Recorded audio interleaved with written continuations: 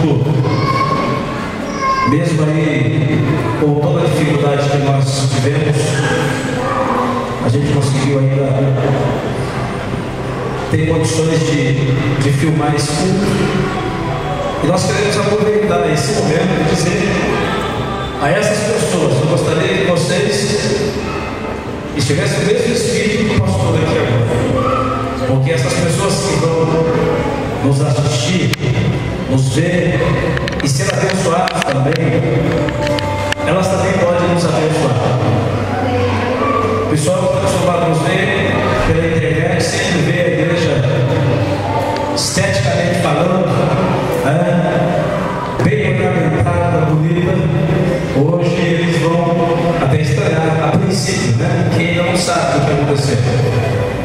Além de ter um pastor preto aqui, tem um monte de mancha preta, né? Então, gente, não estranhe. O pastor você já conhece, mas a parede está diferente por conta do incêndio que teve aqui na nossa comunidade.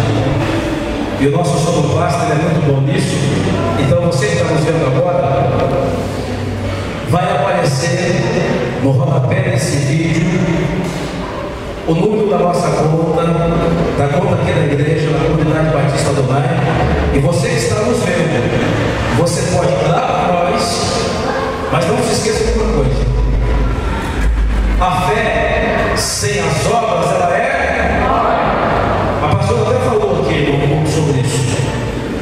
O que tem de gente ligando, mandando recado e falando assim: pastor, conte com as nossas orações. Irmãos, é claro que nós precisamos de oração. É claro que quanto mais pessoas orando, melhor. Mas nós precisamos da oração, mas a oração já diz, né? É oração, é orar e agir.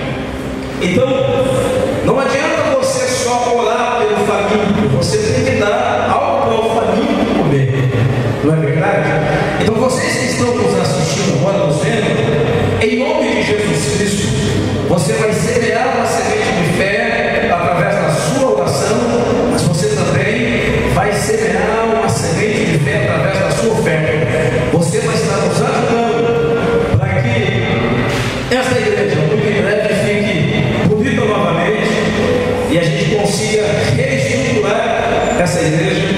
Nós tivemos aqui perdas, as cadeiras que foram queimadas, nós tivemos aqui aparelho de som, todo equipamento de som foi danificado. Tivemos muita coisa aqui na parte interna da igreja que foi destruída devido a esse incêndio. Mas assim, irmãos, e agora falando a eles, é claro, mas falando conosco aqui também, o incêndio que atingiu essa igreja é pequeno se comparado ao incêndio que está dentro do meu coração. Sério, eu estou incendiado. Estou incendiado.